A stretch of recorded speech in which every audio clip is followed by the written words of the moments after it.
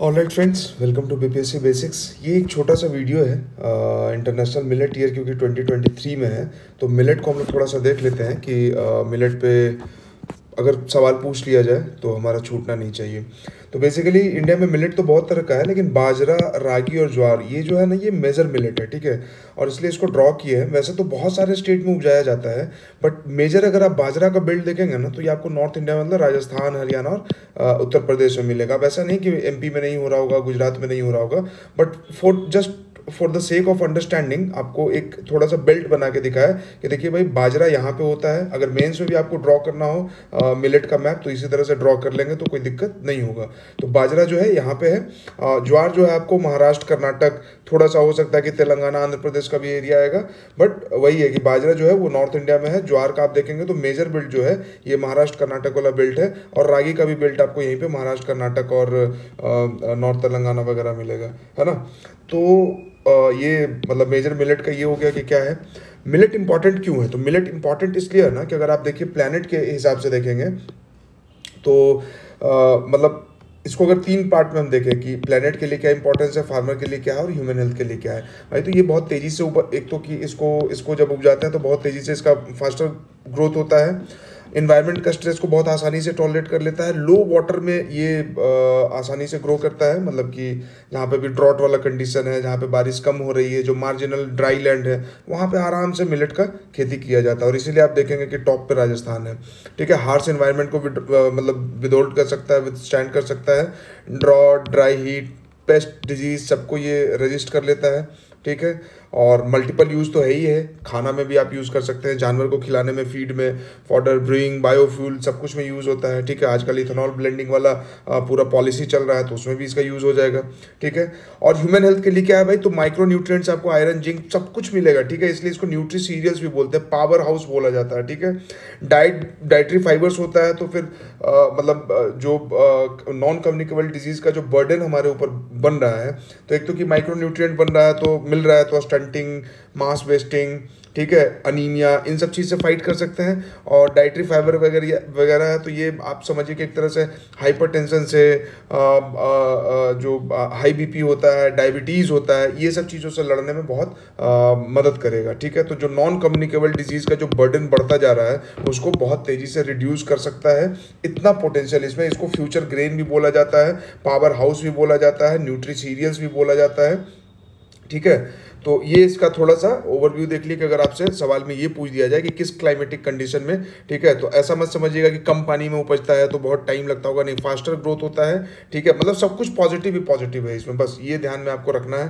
Faster growth है, सारा environmental stress भी विदस्टैंड कर लेगा, और मतलब इसमें बहुत ज़्यादा इनपुट नहीं डालना है, आउटपुट बहुत अच्छा है, ठीक है। हेल्थ के हिसाब से भी, प्लैनेट इन्वायरमेंट के हिसाब से भी, और जो फार्मर इसको उपजाते हैं उनके हिसाब से भी।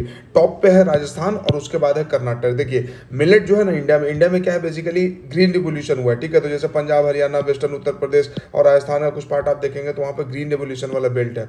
तो हम ना राइस और वीट को बहुत ज़्यादा तवज्जो देते हैं। हर जगह आप देखिएगा तो गेहूं और चावल की खेती हो रही है, नहीं तो उसके बाद फिर दलहन का खेती होगा, और नहीं तो उसके बाद फिर वेजिटेबल का खेती होगा, ठीक है।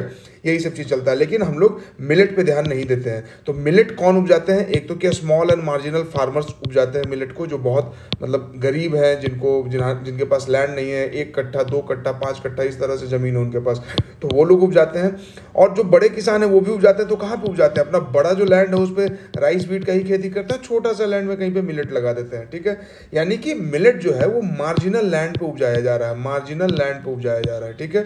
एकदम मतलब दरकिनार कर दिए इसको। जैसे समाज में जाति के आधार पे दलितों का दरकिनार कर दिया जाता है, या बाकी छोटी जातियों को, उसी तरह से अगर आप इंडस्ट्री में देखेंगे तो एमएसएमई के साथ वही व्यवहार होता है, ठीक है। मतलब उसका वही स्थिति है, और इस स्थिति को ठीक करने के लिए सरकार पॉलिसी लेके आ रही है। तो उसी तरह से क्रॉप के लेवल पे आप देखेंगे ना, तो मिलेट का वही हाल है, ठीक है। इसलिए मिलेट का टॉप प्रोड्यूसर कौन है? राजस्थान है। और बॉटम पे आएगा पंजाब। क्यों बॉटम पे आएगा? क्योंकि पूरे पंजाब में जो है ना, चावल की खेती बहुत ज़्यादा होती है, और वहाँ पे कैश क्रॉप, मतलब उस तरह का क्रॉप जो भाई कि जिस पे एमएसपी मिले, और उन चीज़ों की खेती ज़्यादा होती है। राजस्थान में मिलेट की खेती ज़्यादा होती है। क्यों? क्योंकि राजस्थान में आपको ड्राई लैंड और मार्जिनल लैंड ज़्यादा मिलेगा, ठीक है। तो जहाँ जहाँ जैसे आपको कर्नाटक में भी, कर्नाटका प्लेटू वाला एरिया में जो ड्रॉट वाला एरिया है, या महाराष्ट्र में जो इंटीरियर वाला एरिया है, वहाँ पे मिलेट की खेती होती है। एक और चीज़ कि बिहार और झारखंड में बहुत ज़्यादा मिलेट की खेती होती नहीं, तो अगर आप इंडिया का मिलेट मैप देखेंगे तो उसमें आपको बिहार झारखंड नहीं मिलेगा और 21 स्टेट्स में आता है। तो अगर ऑप्शन में ये आए कि सारे स्टेट में मिलेट उपजता है तो नहीं, सारे में नहीं उपजता है। वैसे भी ये एक्सट्रीम स्टेटमेंट हो गया, ठीक है। ज़्यादा कौन उपजता है, तो ज़्यादा जो आउटपुट है वो बाजरा का है, उसका ज्वार का है। तो आप बेल्ट के हिसाब से भी समझ लेंगे कि यहाँ पे 3-4 स्टेट आ जाएगा और यहाँ पे 2-3 स्टेट ही आ रहा है। तो ज़्यादा बाजरा का आउटपुट है और ज्वार का कम है। इसके अलावा अगर हम देखें कि इंडिया जो है वो largest producer of millet in the world है। 20% ऑफ ग्लोबल प्रोडक्शन जो है मिलेट का यहाँ होता है। इंडिया के बाद नाइजीरिया और चाइना है, मतलब कि इंडिया, नाइजीरिया और चाइना जो है अकेले संभाले हुए मेजोरिटी मिलेट प्रोडक्शन वर्ल्ड का, इंडिया, नाइजीरिया और चाइना, INC, ठीक है। लेकिन रिसेंट ईयर में क्या हुआ है कि अफ्रीका में मिलेट का प्रोडक्शन बहुत ज़्यादा तेजी से, ड्रामेटिकली अफ्रीका में बढ़ा है, ठीक है। क्यों? क्योंकि वहाँ पे उस तरह का पॉलिसी, और क्योंकि वहाँ पे भी इरिगेशन वगैरह का व्यवस्था है नहीं और अवेयरनेस आ गया है, ठीक है। जैसे अब देखिए कि इंटरनेशनल मिलेट ईयर की बात हो रही कि भाई 2023 जो है उसको इंटरनेशनल मिलेट ईयर की तरह सेलिब्रेट किया जाएगा, और ये इंडिया के इनिशिएटिव पे ही हुआ है। और इसलिए मिलेट का इंपॉर्टेंस जो है पूरी दुनिया को पता चल रहा है और मिलेट उपजा रहे हैं। ये तीनों मेजर मिलेट था, बाकी ये सारा इन्फॉर्मेशन आपको दे दिया। और ये पेज जो है उसको टेलीग्राम पे डाल देंगे, so join our Telegram. And आपने BPSC बेसिक्स को नहीं सब्सक्राइब किया तो प्लीज़ सब्सक्राइब BPSC बेसिक्स।